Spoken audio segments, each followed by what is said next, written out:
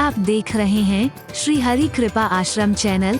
संस्थापक स्वामी श्री हरि चैतन्य पुरी जी महाराज।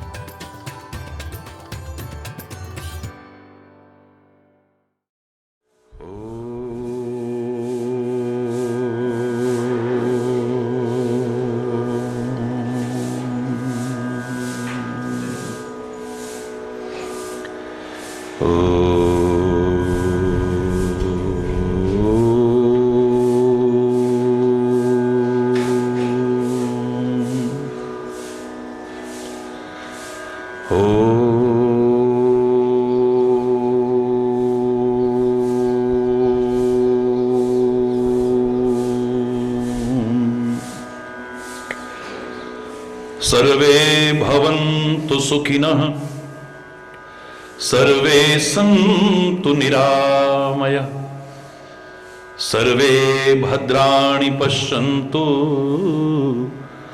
मा कश्चित् दुःखभाग् भवेत्। ॐ शान्तिः शान्तिः शान्तिः।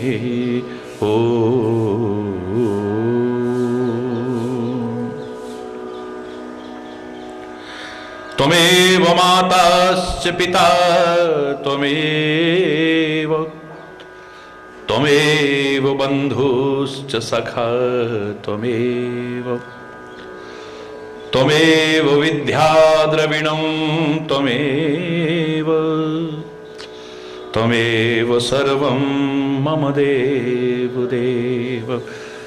ॐ शान्तिः शान्तिः शान्तिः। ॐ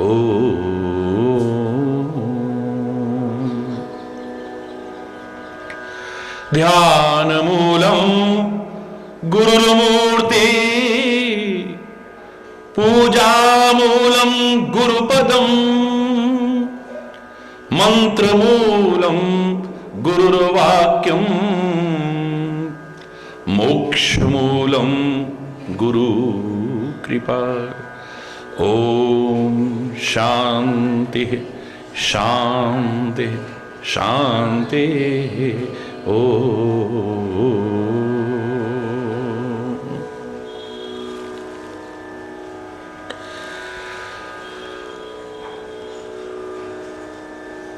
मुकुंद माधव गोविंद बोल, केशव माधव हरि हरि बोल। मुकुंद माधव गोविंद बोल, केशव माधव हरि हरि बोल। मुकुंद माधव गोविंद बोल, केशव माधव हरि हरि बोल। हरि हरि बोल, हरि हरि बोल।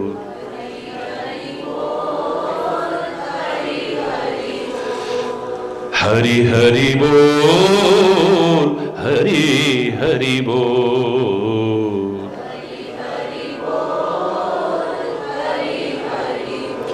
राम राम बोल, राम राम बोल।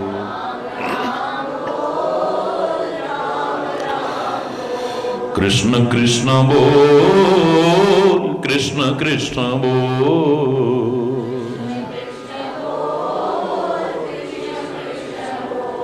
शिव शिव बोल, शिव शिव बोल।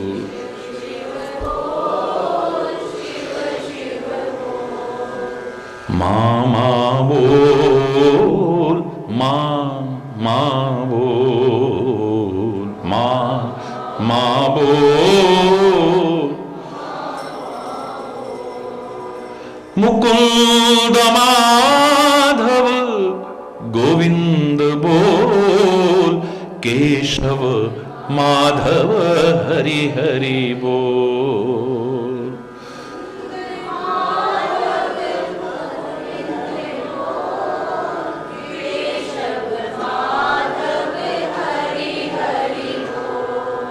हरि हरि बोल, हरि हरि बोल, हरि बोल, हरि बोल, हरि बोल, हरि बोल, हरि बोल, हरि बोल, हरि बोल,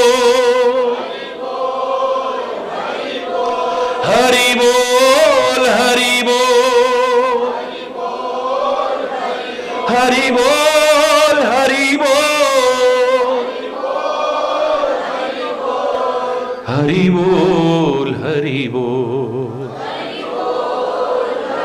मुकुंद माधव गोविंद बोल, केशव माधव हरि हरि बोल, मुकुंद माधव गोविंद बोल, केशव माधव हरि हरि बोल, हरि हरि बोल, हरि हरि बोल।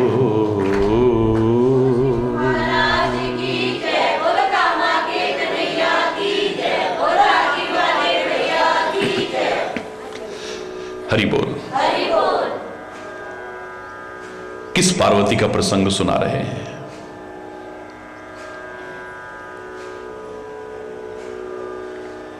जो श्रद्धा स्वरूप है।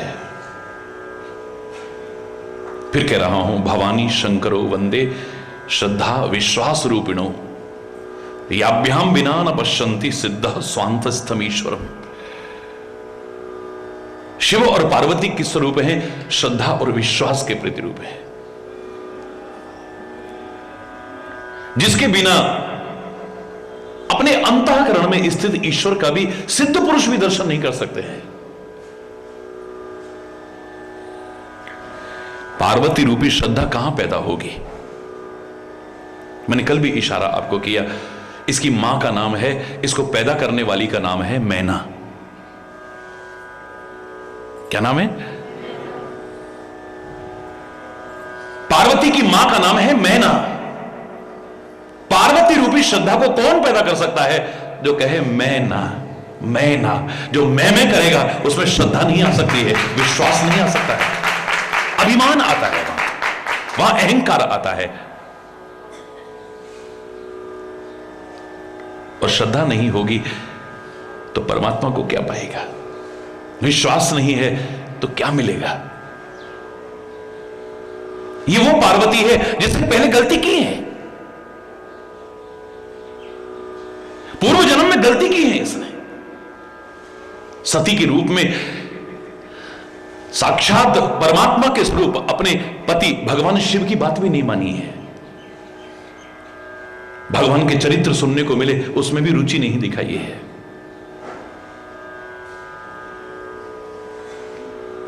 परमात्मा पर भरोसा नहीं किया है, परमात्मा की परीक्षा लेने की कोशिश की है।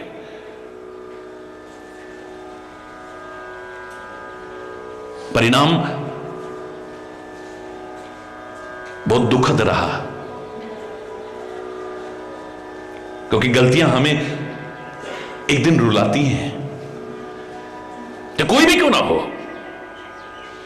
गलतियां हमें एक दिन रुलाती हैं। लेकिन मैं कहा करता हूं, अगर गलतियां रुलाती हैं तो कुछ सिखाती भी हैं। सच्चा इंसान वो है जो गलतियों से सीखता है, चाहे वो गलती अपनी हो या किसी और की गलतियां हो। वो प्रायश्चित करता है, गलती का सबसे बड़ा प्रायश्चित करता है। और मैंने आपसे कहा था, गलती का सबसे बड़ा प्रायश्चित शरीर को दंड देना नहीं है। गलती का सबसे बड़ा प्रायश्चित व्रत उपवास करना नहीं है। गलती का सबसे बड़ा प्रायश्चित तीर्थ यात्रा करना नहीं है। गलती को द्वारा जीवन में न दोहराने का संकल्प ले लो, रिपीटेशन न हो गलती का, सबसे बड़ा प्रायश्चित हो जाएगा।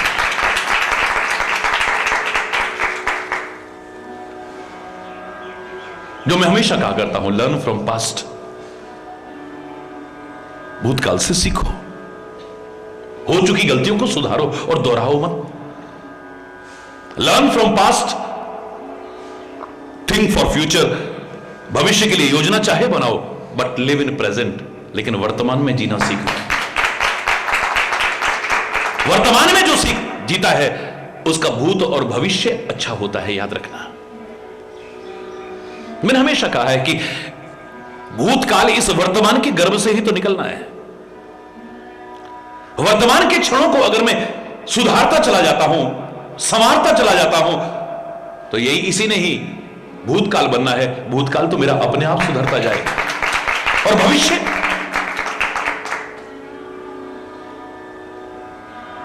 भविष्य के लिए भिखारी बनकर के किसी के आगे हाथ फैलाने की आवश्यकता नहीं पड़ेगी मुझे।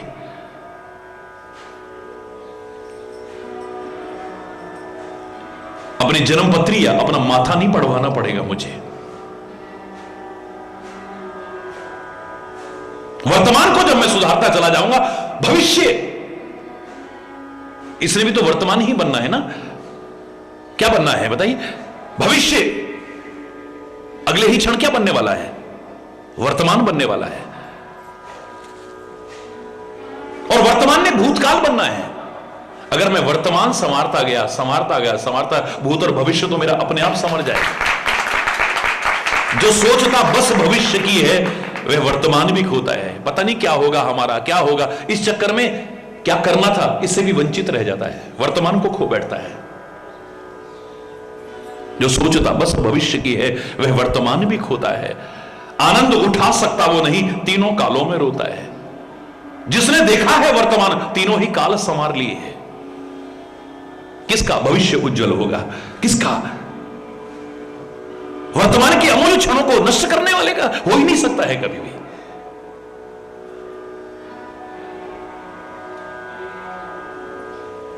गलतियां हुई हैं, सती रूप में गलतियां हुई हैं, लेकिन पार्वती के रूप में दोहराने की कोशिश नहीं की। उन गलतियों को दोबारा नहीं दोहराया है, गलती का सबसे बड़ा प्रायश्चित किया है। और ये पैदा ही कहां हुई है? मैं ना, जहां अहंकार नहीं है। जब मैं तब हरि नहीं, जब मैं था तब हरि नहीं, अब हरि है, मैं ना है। अब मैं ना है। जब मैं था तब हरि नहीं, अब हरि है, मैं ना ही। प्रेम गली अति सांकरी, या मैं दो न समाए, दो नहीं रह सकते इसमें। अहंकार भी रखना चाहूं, अभिमान भी रखना चाहूं, और भगवान को भी रखना चाहूं, दोनों साथ नहीं रहेंगे। ये हरि बोलना।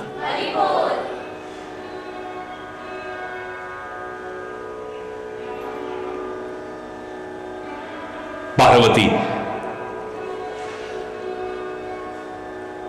जो खुद भी पार हुई और औरों को भी पार लगा। पर्वतराज की पुत्री है, अपने पिता के नाम को रोशन किया है जिसने। जैसे बेटियों को प्रेरणा लेनी चाहिए। कन्या का जन्म जो अभिशाप माना जाने लगा है, कन्या भ्रूण हत्या जैसा जघन्य अपराध समाज में हो रहा है,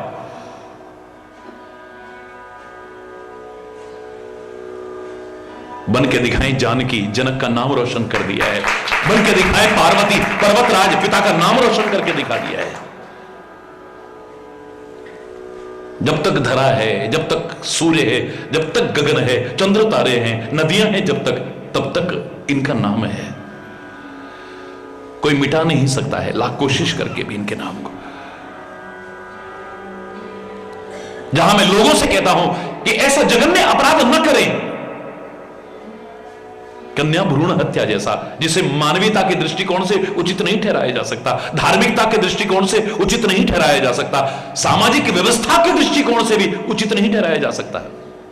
घटता हुआ लिंग अनुपात भविष्य के लिए अच्छा संकेत नहीं है। बेटियों के लिए ढूंढते रह जाओगे किसी दिन।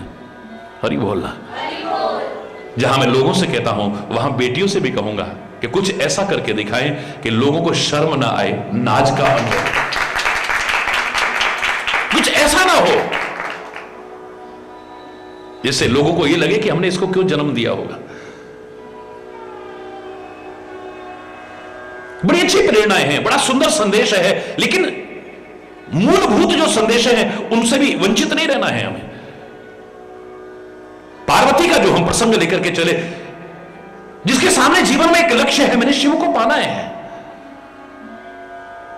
हम में से तो अधिकांश लोगों के जीवन में लक्ष्य ही नहीं है कोई। उसके लिए कितना भी कष्ट उठाना पड़े, कितना भी कठोर तप करना पड़े, सहर्ष हंसते हंसते मुस्कुराते हुए करने को तैयार है।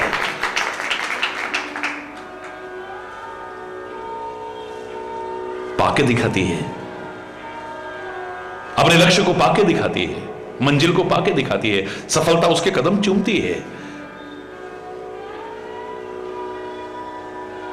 अनंत प्रेरणाओं के साथ साथ हमें मूलभूत जो इसके आधार जिन पर टिका हुआ है उनको भी नहीं भूलना है। पार्वती मां जगदंबा का पहला रूप है, याद रखना। मां जगदंबा के प्रमुख 9 रूपों में से पहला रूप है।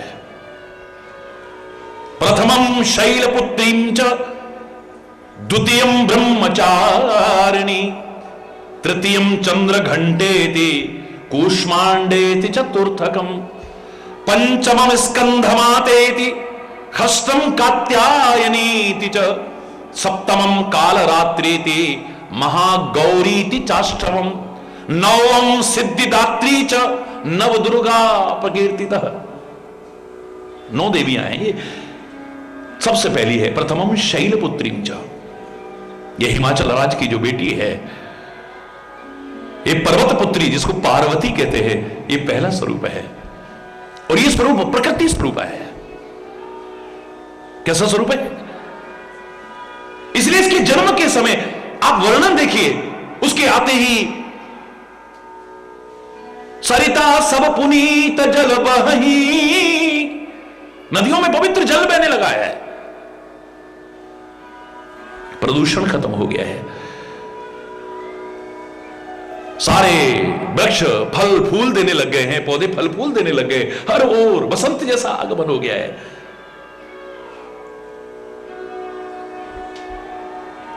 ऋतु और कुरित काल गति त्यागी।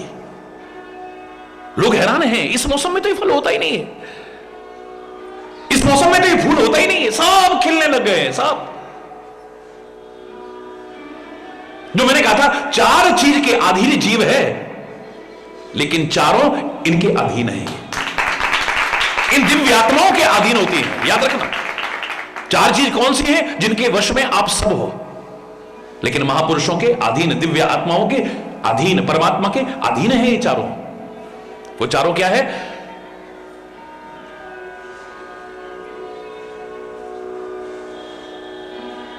काल, कर्म, स्वभाव और गुण। बोलो, काल, कर्म, स्वभाव और गुण, इन चारों के वश में है सारे। तुलसी ने बड़ा अच्छा इशारा किया, आकर 4,84,000 योनि भ्रमत यह जीव अविनाशी।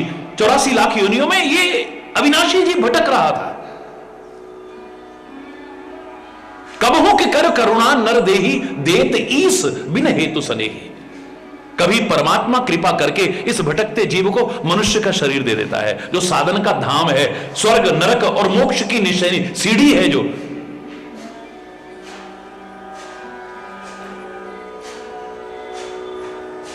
कबहु कर करुणा नर देही, देत ईस बिन हेतु सनेही।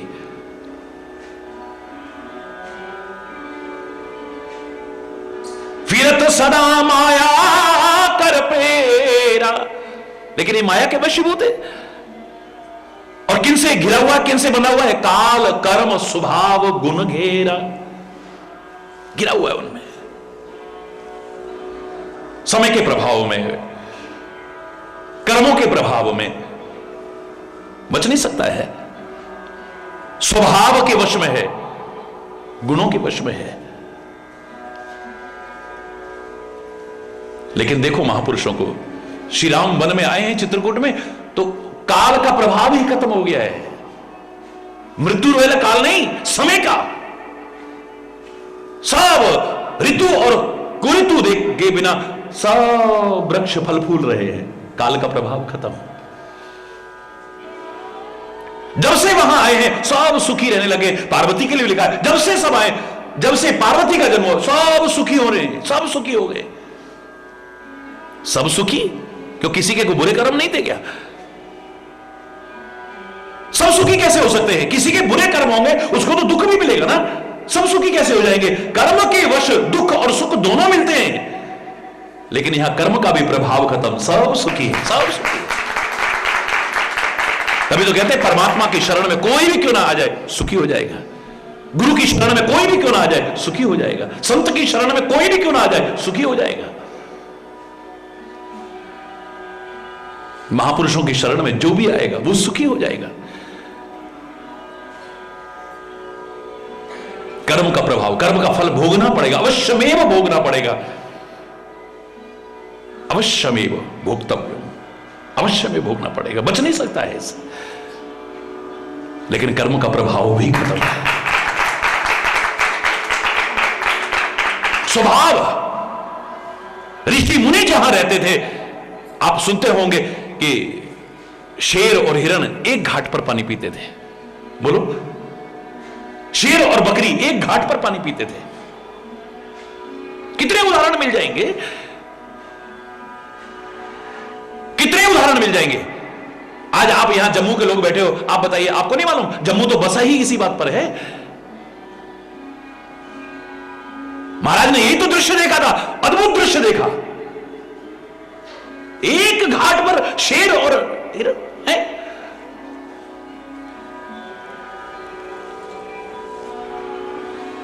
अरे बोल रहा, इनका स्वभाव तो एक जैसा नहीं है। आदमी अपने स्वभाव को छोड़ नहीं सकता है। शेर कभी हिंसा का परित्याग नहीं कर सकता है।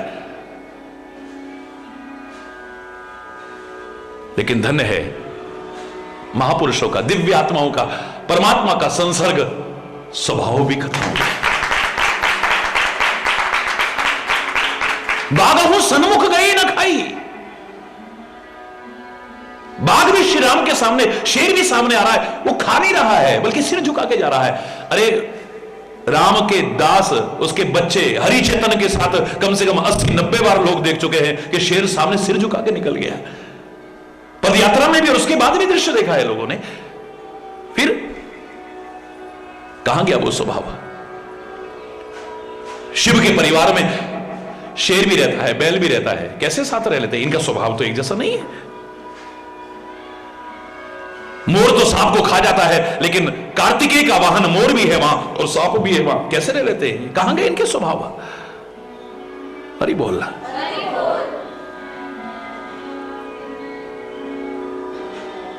सांप चूहे को खा जाता है, लेकिन चूहा गणेश की सवारी वही है और सांप भी है वहां पे, कैसे रह लेते हैं ये साथ? परमात्मा के, महापुरुषों के, संतों के, दिव्य आत्माओं के संसर्ग में स्वभाव का भी प्रभाव खत्म हो जाता है। काल कर्म स्वभाव गुण घेरा। गुण अग्नि का गुण है, दाहकता, जलाएगी वो। पर्वत का स्वाभाविक गुण है कठोरता, इसको आप छोड़ नहीं सकते हो।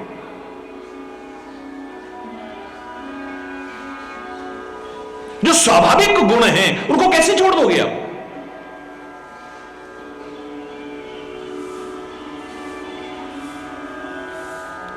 पर्वत से पैदा हुई, पर्वत जैसी कठोरता आनी चाहिए थी ना, लेकिन मां के हृदय में क्या करुणा है, क्या कृपा है, क्या वात्सल्य है, क्या ममता है।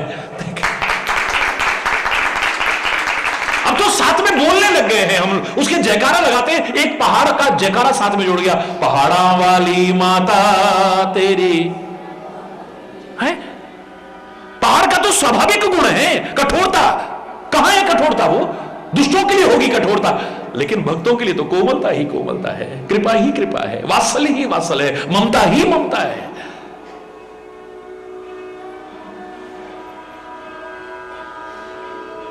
हरि बोलना, प्रकृति स्वरूप है ये।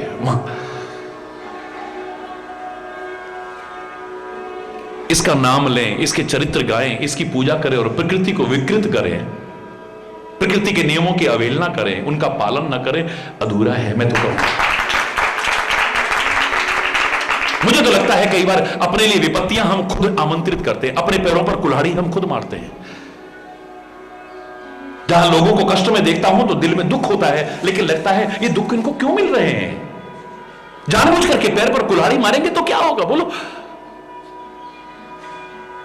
प्रकृति हमारी जन्मदात्री मां से ज्यादा रक्षा करने वाली है, जन्मदात्री मां से ज्यादा।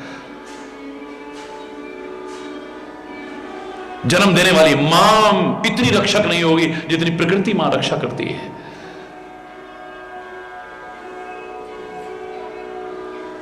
मैंने तो प्रकृति के जब वो विभिन्न रूपों में दर्शन किए हैं, दीवाना हो गया हूं मैं। हरि बोल। और उसका दीवाना हो गया है जिसने इस प्रकृति को बनाया है। जन्म देने वाली मां लाड़ प्यार में कई बार नुकसान पहुंचा सकती है, क्षमा चाहते हुए कहूंगा। बॉडी का टेम्परेचर अंदर से मेंटेन होता है।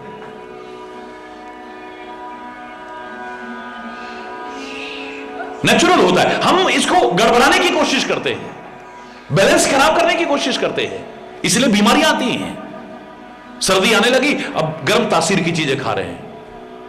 हरि बोलना। सर्दियां आने लगी, गर्म तासीर की खा रहे हैं, और गर्मी आई तो ठंडी तासीर की खा रहे हैं। लाड़ प्यार में उनको पता ही नहीं है ये शरीर के अंदर का बैलेंस गड़बड़ हो रहा है। प्रकृति अपने आप तापमान को आप एक बात बताइए, रजाई में गर्मी होती है? रजाई में गर्मी नहीं होती है, गर्मी हमारी बॉडी में होती है। बाहर की ठंडक के कारण जो हमें ठंड प्रतीत हो रही थी, रजाई खाली बाहर की गर्मी को रोकती है, बाहर की ठंड को रोकती है, हमारे शरीर तक नहीं आने देती। बॉडी का टेम्परेचर अपने आप फिर बिल्कुल सही हो जाता है। रजाई खाली बाहर की ठंड को बोलो रोकती है, हमारी बॉडी को गर्मी नहीं देती है, अपने आप टेम्परेचर हो।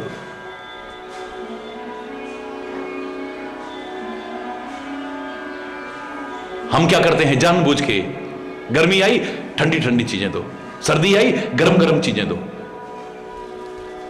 गलत कर रहे हैं हम। और इसीलिए शायद इस मां से बड़ी मां प्रकृति मां ने कुछ अद्भुत नजारा दिखाया है अपना। सर्दियों में संतरे पैदा किए, सर्दियों में गाजर पैदा की, सर्दियों में मूली पैदा की। इन सब की ठंडी तासीर है। बोलो हरि बोलना, जोर से बोलो ना। इन सब की तासीर कैसी है? सर्दियों में क्यों पैदा करा? मैंने सोचा एक बार, क्या कारण हो सकता है इसका? गर्मियां जैसी आई, प्रकृति ने आम पैदा कर दिया जिसको खा करके फोड़े फुंसी हो जाएं। इतना गर्म क्यों? वाई? सोचा कभी? ये मां ने लाड़ प्यार में जो अंदर गड़बड़ करा है ना, कम से कम देखो आम अच्छा भी लगता है, ये खाएगा अंदर का बैलेंस सही हो जाएगा। वाह! प्राकृतिक इसके ऊपर वर्णन करूं तो मैं शायद लोग आश्चर्यचकित रह जाएंगे। जन्म देने वाली मां से ज्यादा हमारी रक्षक है ये, लेकिन जब इसको छेड़छाड़ करते हैं, इसको विकृत करने की कोशिश करते हैं, इसके नियमों की अवहेलना करते हैं, हम नियमों की पालना नहीं करते, तो ये रक्षक भक्षक भी बन जाती है। ये प्राकृतिक आपदाएं आने का कारण क्या हो सकता है? यही कारण है। ये जो बाढ़ आती है, सूखा आता है, भूकंप आता है, सुनामी आती है, लाखों लाखों लोगों की जिंदगियां तबाह हो जाती है। जहां एक बार हृदय में दर्द भी आता है, व्यथा भी होती है, एक और दूसरी ओर ये सोचने पर भी मजबूर हुआ, इस मुसीबत को बुलाया किसने है? हमने छेड़ा है प्रकृति को, हमने विकृत करने की कोशिश की है प्रकृति को।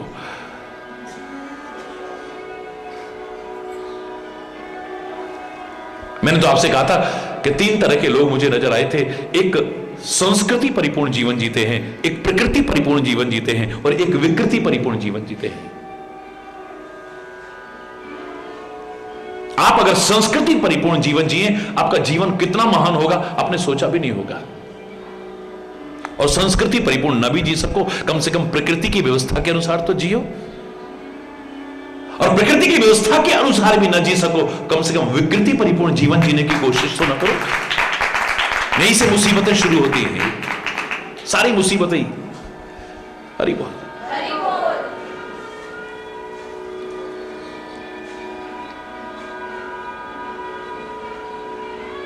ये मेरी प्रकृति स्वरूपा मां पार्वती के रूप में कितना कठोर तप करती है। हरि बोल।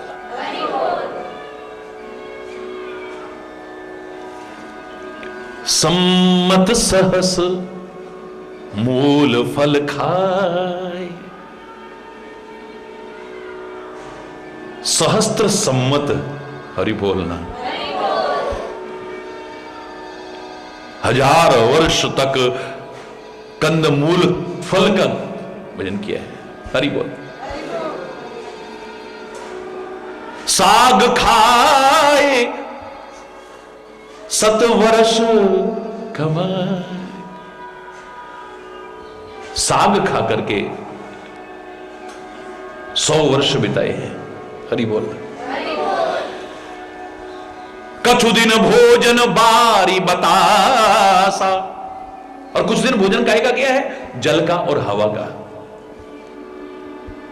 किए कठिन कछु दिन उपवासा, और कुछ दिन बड़े कठोर उपवास किए हैं। ये सब भी नहीं लिया है। हरि बोल। पानी तक नहीं लिया है, यहां तक कि हवा का सेवन नहीं। समाधिस्थ अवस्था में पहुंच गए। फिर जब टूटी है तो बेल पाती मही परी सुखाई, बेल पत्तियां जो सूखी पड़ी होती थी पेड़ के नीचे, बस उनको ग्रहण कर रहे हैं। 3 सहस सम्मत सोई खाई, 3000 वर्ष तक खाली वही किया है ग्रहण। हरि बोलना। पुनि परिहर्यु सुखान्यु परना, फिर वो जो सूखे पत्ते ग्रहण कर रही थी उसका भी परित्याग कर दिया है। जब सूखे पत्तों का भी परित्याग कर दिया तो पार्वती का एक नाम पड़ा अपर्णा, यानी पत्तों को भी ग्रहण नहीं किया है। अब कई बार संदेह होता है, आज के वैज्ञानिक युग में कैसी बातें करते हो, इतने इतने हजार वर्ष, इतने इतने हजार वर्ष, इतने इतने हजार वर्ष, ये कैसे हो सकता है? भगवान शिव ने समाधि लगा ली 87,000 वर्ष, उसने इतने 10,000 वर्ष तक कठोर तपस्या की, उसने लाख वर्ष तक ऐसे तपस्या की। क्या ये हरि बोल, क्या अतिशयोक्ति तो नहीं है? ये बिल्कुल भी नहीं है। आपके पास मान लो 100 रुपए है, आप उनको खर्च अगर नहीं करोगे तो 100 रुपए तो आपके पास रहेंगे ना? बोलो है?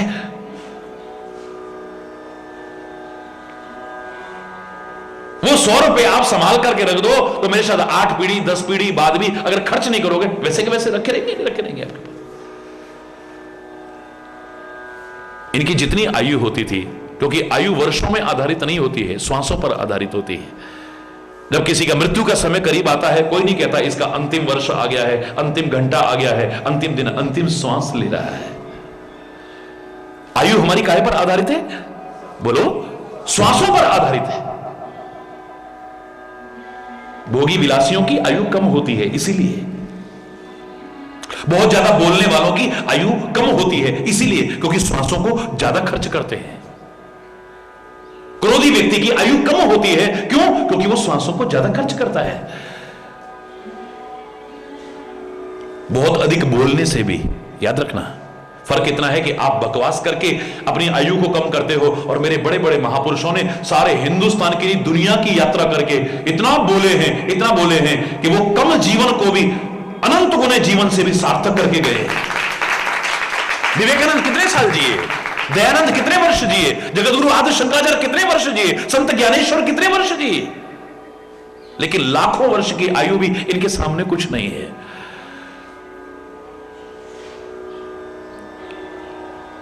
इन्होंने किसी और वजह से नहीं, दुनिया को अपनी जिंदगी दे दी है। छोटी सी उम्र में भी वो कर दिया है, शायद लाखों वर्षों में भी लोग ना कर पाए। संत ज्ञानेश्वर की क्या उम्र थी? हरि बोलना।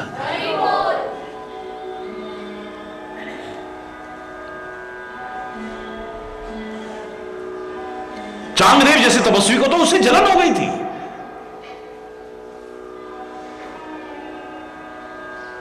कितनी बार जिसे काल को भी पराजित कर दिया हो, ऐसा चांगदेव तपस्वी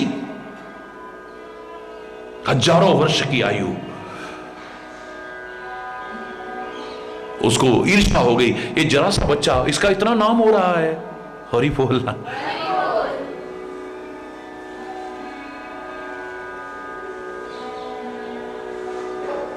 किसी ने कहा था कंचन तजना से चलो चलो सब कोई कहे, पहुंचे विरला कोई, एक कंचन एक कामनी दुर्गम घाटी दोए। चलो चलो सब कोई कहे पर पहुंचे विरला कोई, एक कंचन एक कामिनी दुर्गम घाटी दोए। दूसरे ने कहा नहीं, कंचन तजना सहज है। बड़े बड़े राजा महाराजाओं ने भी छोड़ा है राजपाट। कंचन तजना सहज है और सहज त्रिया का ने, पर मान बड़ाई ईर्षा दुर्लभ तजना ए है। वो संतों के मन में आ जाती है, तपस्वियों के मन में आ जाती है, ऋषि मुनियों के मन में ईर्षा आ जाती है। जिन देवताओं की हम पूजा करते हैं, उन देवताओं तो क्या देवताओं के राजा इंद्र के मन में आ जाती है। किसी को तपस्या करते देखता है, कहीं मेरा सिंहासन छिन न जाए। हरि बोल। और आप इतिहास अगर जानते हैं तो चांगदेव ने उस ईर्ष्या के कारण एक पत्र भेजने की ठानी। मैं देखूं जरा कितना विद्वान है ये, लेकिन पत्र में क्या लिखूं मैं? चिरंजीव पुत्र तो लिख नहीं सकता, सारी दुनिया जिसके आगे झुक रही है वो तो लिख नहीं सकता। मैं महापुरुष है वो, और आदरणीय लिख नहीं सकता हूं क्योंकि अभिमान आड़े आ रहा है। हरि बोल। क्या लिखूं मैं? जब कोई निष्कर्ष नहीं निकाल पाया, कहते कोरा कागज भेज दिया उसने एक दूत के हाथ। जब कोरा कागज पहुंचा, ये चांगदेव ने भेजा है। संत ज्ञानेश्वर ने देखा, उस कागज के ऊपर कुछ लिखा। उम्र तो हजारों वर्ष की है, तपस्या तो हजारों वर्ष की है, लेकिन इस कागज की तरह लगता है जीवन कोरा का कोरा ही रह गया है। तो कुछ लिख नहीं पाए हो तुम अपने जीवन की इस किताब में। ये जीवन कोरा कागज कोरा ही रह गया। हरि बोल। दूत जब पत्र लेकर के वापस लौटा है और उसको पढ़ा चांगदेव, उसको तो गुस्से के मारे आंखों से शोले बरसने लगे। अपनी तपस्या के बल के प्रभाव पर मेरा अपमान किया इसने, मेरे जीवन को कोरा कागज बताया है, मैंने कुछ नहीं पाया। मैं दिखाता हूं। आकाश मार्ग से कहते हैं सिंह पर सवार होकर के और सर्प का हंटर लेकर के चांगदेव चल देता है। संत ज्ञानेश्वर छोटा सा बच्चा दीवार पर बैठ करके गन्ना चूस रहे थे। हरि बोल। गांव वाले भागे भागे आए, भागे भागे, देखिए महाराज चांगदेव गुस्से में आ रहे हैं, महाराज आप यहां से हट जाइए, महाराज यहां से हट जाइए। अरे क्यों? इतना महान तपस्वी आ रहा है, भागने की क्या आवश्यकता है? कहते हैं दीवार से कहा, दीवार इतना महान तपस्वी आ रहा है, चलो उसका स्वागत करते हैं। कहते हैं जो निर्जीव दीवार थी वो भी चल पड़ी है वहां से। चांगदेव ने देखा क्या हो रहा है, ये अद्भुत। वो बड़े अभिमान में था, मैं आकाश मार्ग से उड़ करके आ रहा हूं, शेर की सवारी कर रहा हूं, सांप का हंटर बना करके चल रहा हूं। अभिमान चूर चूर हो गया। इसने तो निर्जीव दीवारों तक पर अपना नियंत्रण किया हुआ है, निर्जीव पत्थरों तक पर नियंत्रण। कौन है ये? अरे बोल रहा, चाहे शेर की सवारी की होगी लेकिन है तो सजीव ना, पर इसने तो निर्जीव दीवार तक को भी। अरे बोल रहा, ईर्ष्या आ जाती है, खा जाती है सब कुछ।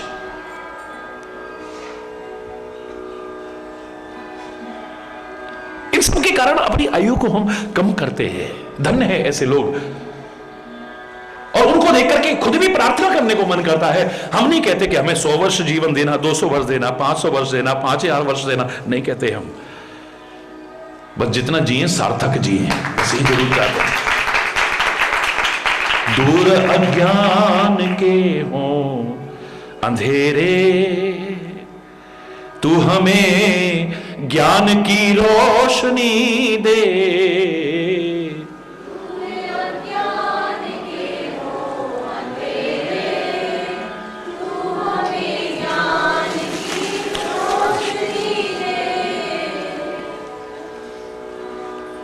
दूर अज्ञान के हों अंधेरे, तू हमें ज्ञान की रोशनी दे। दूर अज्ञान के हों अंधेरे, तू हमें ज्ञान की रोशनी दे।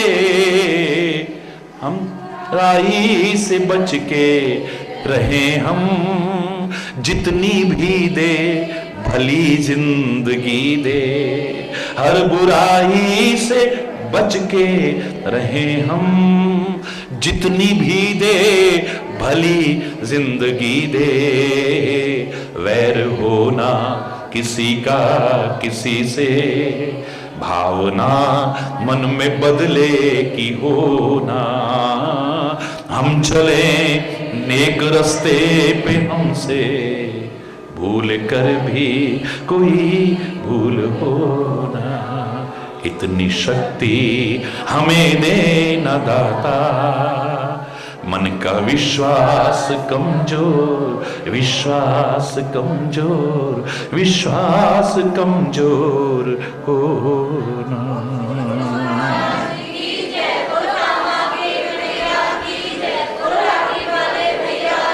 कहने का तात्पर्य भोग विलास में श्वास ज्यादा खर्च होंगे। व्यस्त रहने में नहीं कोई बुराई, अत्यधिक की व्यस्तता में श्वास ज्यादा खर्च होंगे। अनियमित दिनचर्या से श्वास ज्यादा खर्च होंगे। क्रोध और आवेश में श्वास ज्यादा खर्च होंगे। बहुत अधिक बोलने से भी, बोलो ना। अब जो नहीं कर रहा है ये सब, बल्कि सामान्य खर्च करना तो दूर, रोक गया, अब श्वास खर्च ही नहीं होंगे तो उम्र नहीं बढ़ेगी क्या? बोलो ना। 87,000 वर्ष समाधि कैसे लगा ली? अरे समाधि में श्वास भी नहीं चल रहा है, और 87,000 वर्ष तो क्या, 87 लाख वर्ष भी अगर आप अपने श्वास खर्च नहीं होंगे तो मृत्यु तो कहीं आ ही नहीं सकती है। तो श्वास तो आपके बकाया है ना, श्वास तो आपके बकाया है, उनको तो हरि बोल रहा।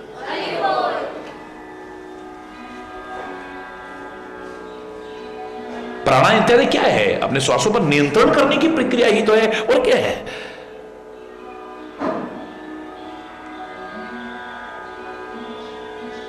इतना कठोर तप किया है। देख उमही तप खीन शरीरा, ब्रह्म गिरा भई गगन गंभीरा। बिल्कुल दुर्बल शरीर हो गया है। कठोर तप देखा है तो आकाशवाणी होती है। तप में शरीर चाहे दुर्बल हो जाए, लेकिन मनोबल आत्मल और बढ़ता हुआ नजर आएगा। मैं फिर कह रहा हूं, इसको सुनने के बाद में मैं नहीं कह रहा कि आप भी जंगलों में चले जाना, एक टांग पर खड़े रहना, भूखे प्यासे रहना, सर्दी गर्मी वर्षा को सहन करना, हरगिज भी नहीं, प्रासंगिक भी नहीं है। लेकिन तपस्या परिपूर्ण जीवन जीना तो बहुत जरूरी है। क्यों ना अपने गृहस्थ को ही तपोवन बना दिया जाए। तुम जहां रहते हो उसे तपस्या केंद्र बना लिया जाए। तप में क्या आता है? निचोड़ निकालोगे तो क्या आएगा? सहना। तपस्वी क्या करता था? गर्मी सहता था, वर्षा सहता था, सर्दी सहता था, कष्ट सहता था, भूख प्यास सहता था, लोग बकवास भी करते थे उसको भी सहता था। हरि बोल। सहता था। जहां आवश्यक है, अगर तुम्हें सहना आ जाए ना, घर बैठे तपस्वी हो जाओगे। है ही नहीं, जिसका अभाव सबसे ज्यादा है। माता पिता को बच्चों की बात बर्दाश्त नहीं है, बच्चों को मां बाप की बात बर्दाश्त नहीं, सहनशीलता नहीं है। पति पत्नी को एक दूसरे की बात बर्दाश्त नहीं है, भाई भाई को एक दूसरे की बात सहन होती नहीं है। हरि बोल।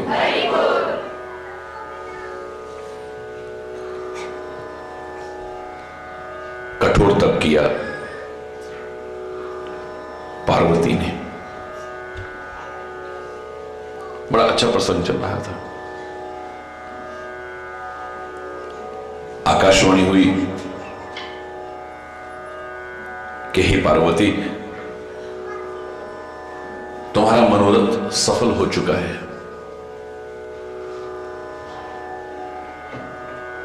हे हिमाचल की पुत्री, अब ये कष्ट उठाना छोड़ो।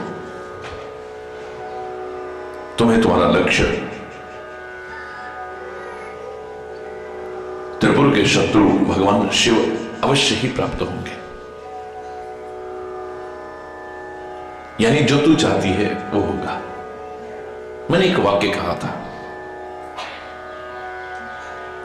कि ए जीव,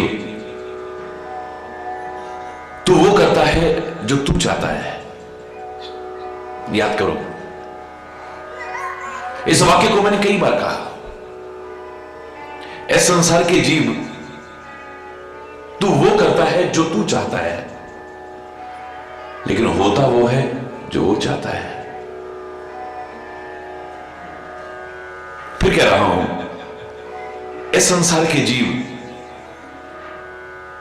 तू वो करता है जो तू चाहता है, होता वो है जो वो चाहता है।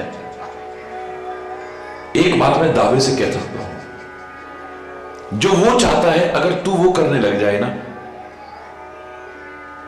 तो तू जो चाहता है वो होगा। भ्रमित मत होइए, सीधा सीधा वाक्य है। पहले तेरे को ऐसा जीवन बनाना पड़ेगा कि जीता रखे तो हमको या धड़ से सर उतारे। अब फकीर आशिक कहता है यूं पुकारे, राजी हैं हम उसी में जिसमें तेरी रजा है। यहां यूं विवाह वाह है, यहां वो विवाह वाह है।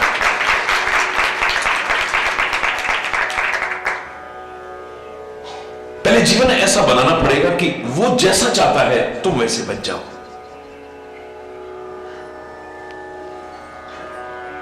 वो कैसा हमारा जीवन चाहता है, वो कैसा हमारा आचरण चाहता है, कैसा हमारा चिंतन चाहता है, कैसे हमारे कर्म चाहता है, कैसी हमारी संगति चाहता है, कौन सी दिशा वो चाहता है जिस पर हम चले।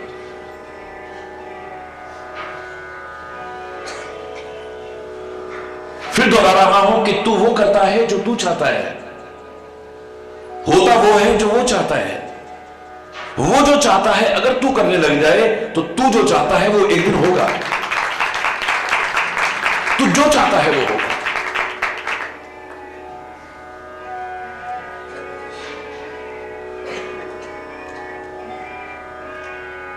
किसी शायर ने गलत नहीं कहा है कि पहले तू ऐसा कर, राजी हैं हम उसी में जिसमें तेरी रजा है।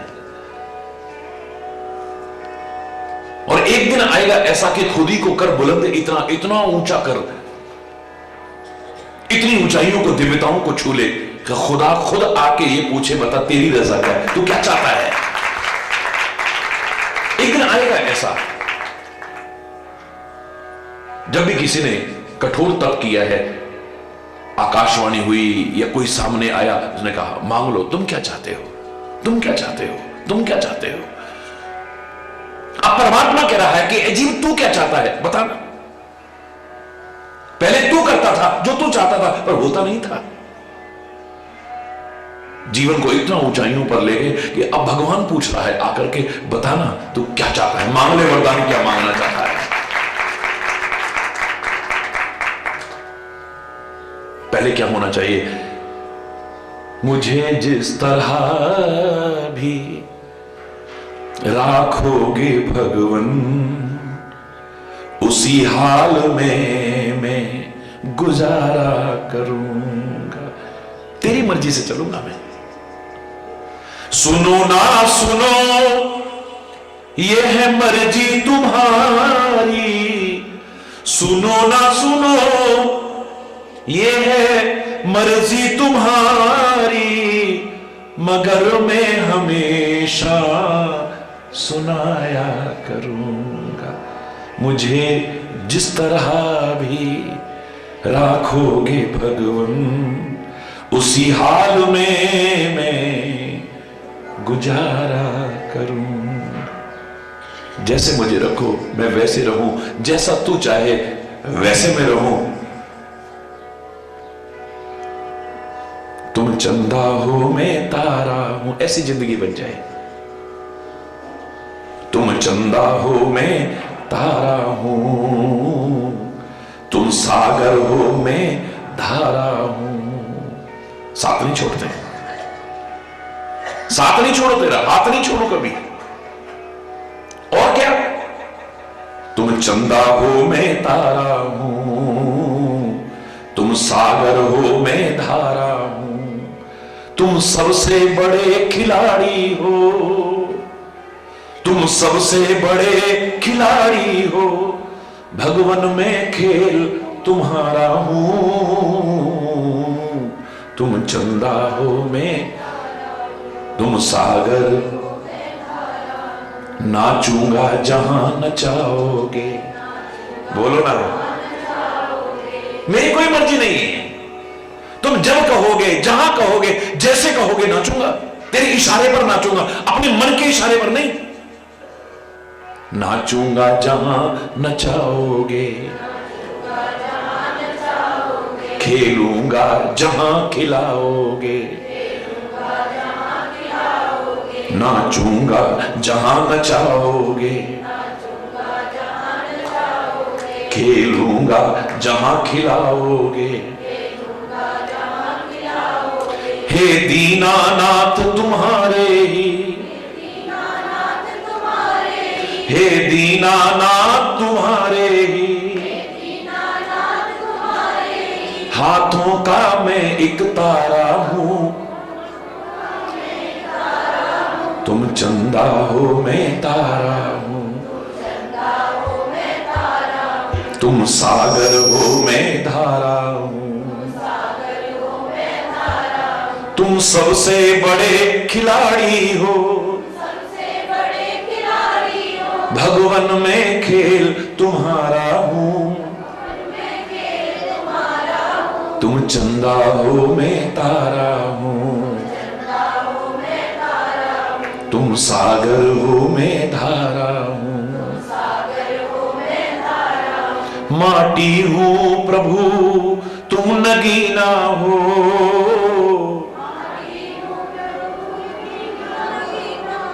माटी हूं प्रभु तुम नगीना हो,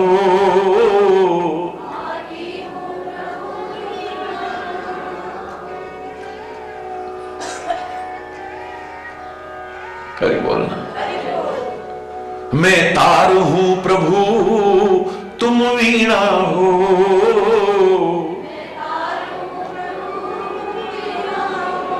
मैं तार हूं प्रभु तुम वीणा हो, मैं तार हूं प्रभु तुम वीणा हो। कैसे भूलूं उन चरणों को, कैसे भूलूं उन चरणों को, जिनसे मैं गया संवारा हूं। तुम चंदा हो मैं, तुम चंदा हो मैं, तुम सागर हो मैं धारा हूं, सागर। तुम सबसे बड़े खिलाड़ी हो, सबसे बड़े खिलाड़ी हो, भगवन में खेल तुम्हारा हूं, भगवन में खेल तुम्हारा हूं। तुम चंदा हो मैं, तुम चंदा हो मैं, तुम सागर हो मैं धारा हूं, तुम घन बन हो प्रभु मैं मोरा हूं, घन बन हो प्रभु मैं मयूरा हूं, घन बन हो मैं मोरा हूं। तुम चंद्र हो प्रभु मैं चकोरा हूं, तुम चंद्र हो प्रभु, तुम रूप सुख सागर हो, तुम रूप मैं एकटक रहा निहारा हूं, मैं एकटक रहा निहारा हूं। तुम चंदा हो मैं तारा हूं, तुम चंदा हो मैं, तुम सागर हो मैं धारा हूं, तुम सागर हो मैं धारा, तुम चंदा हो मैं तारा, तुम चंदा। जैसे खिलाओगे, जैसे नचाओगे, उसी तरह से जाही विधि राखे राम ताही विधि रही। पहले ऐसा जीवन बनाना पड़ेगा, जैसा वो जीवन चाहता है ऐसा बनाना पड़ेगा, जो वो चाहता है वो करना पड़ेगा, फिर तुम जो चाहोगे वो होगा। मैं दावे से कहता हूं, ये बार बार इन प्रसंगों को लाना कि उसने तपस्या की, उसने इतना कठोर जीवन जिया, फिर आकाशवाणी हुई वरदान मांग लो, वरदान मांग लो, वरदान मांग लो। और वैसे भी उसका कोई विधान तुम्हारे अमंगल के लिए नहीं है, तुम्हारे मंगल के लिए है, शुभ के लिए है, हित के लिए है तुम्हारे। उसका कोई विधान ऐसा नहीं है। कई बार आपको प्रारंभ में देख करके कष्ट होता है, दुख होता है, शंकाएं आती हैं, लेकिन तुम्हारे भलाई के लिए करता है। वो जो करेगा तुम्हारे भले के लिए करेगा, याद रखना। परमात्मा की कृपा के रहस्य को जो समझ जाता है वो सुख में, दुख में, हानि में, लाभ में, यश में, अपयश में, मृत्यु में, जन्म में, अनुकूलता में, प्रतिकूलता में, सर्वत्र उसकी कृपा को ही अनुभव करता है। इसमें भी तेरी कृपा होगी, इसमें भी तेरी कृपा होगी, इसमें भी हमारा कोई भला होगा, इसमें भी हमारा कोई भला होगा, क्योंकि हम नहीं जानते, हम नहीं जानते। हमारे साथ जो हो जाता है हम खाली उतना जानते हैं, हमारे साथ क्या हो सकता था हम नहीं जानते हैं। हरि बोल। और जो होता है उसी को देख करके कई बार हमारी श्रद्धा खत्म हो जाती है, हमारी आस्था खत्म हो जाती है, हमारा विश्वास टूट जाता है। ना ना ना, सबसे पहले भाव आना चाहिए कि परमात्मा का कोई भी विधान अमंगल के लिए नहीं हो सकता, मंगलमय विधान है और हमारी भलाई के लिए है।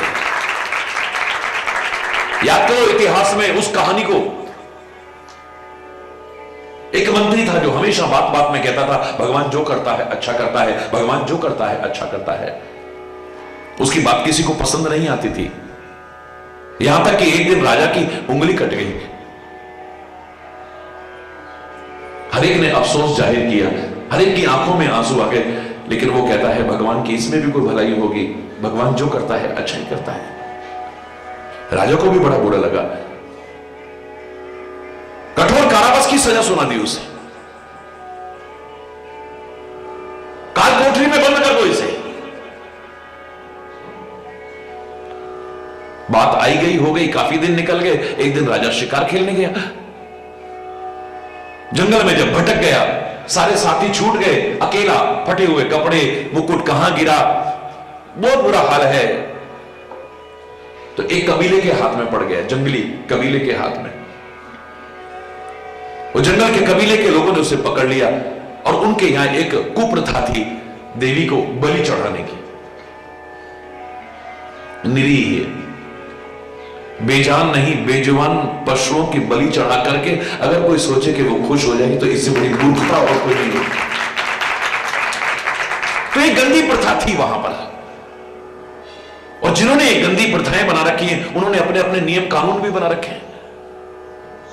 राजा को पकड़ लिया, स्नान कराया, शुद्ध वस्त्र पहनाए और ला करके देवी के आगे खड़ा कर दिया। पुजारी जी ये है।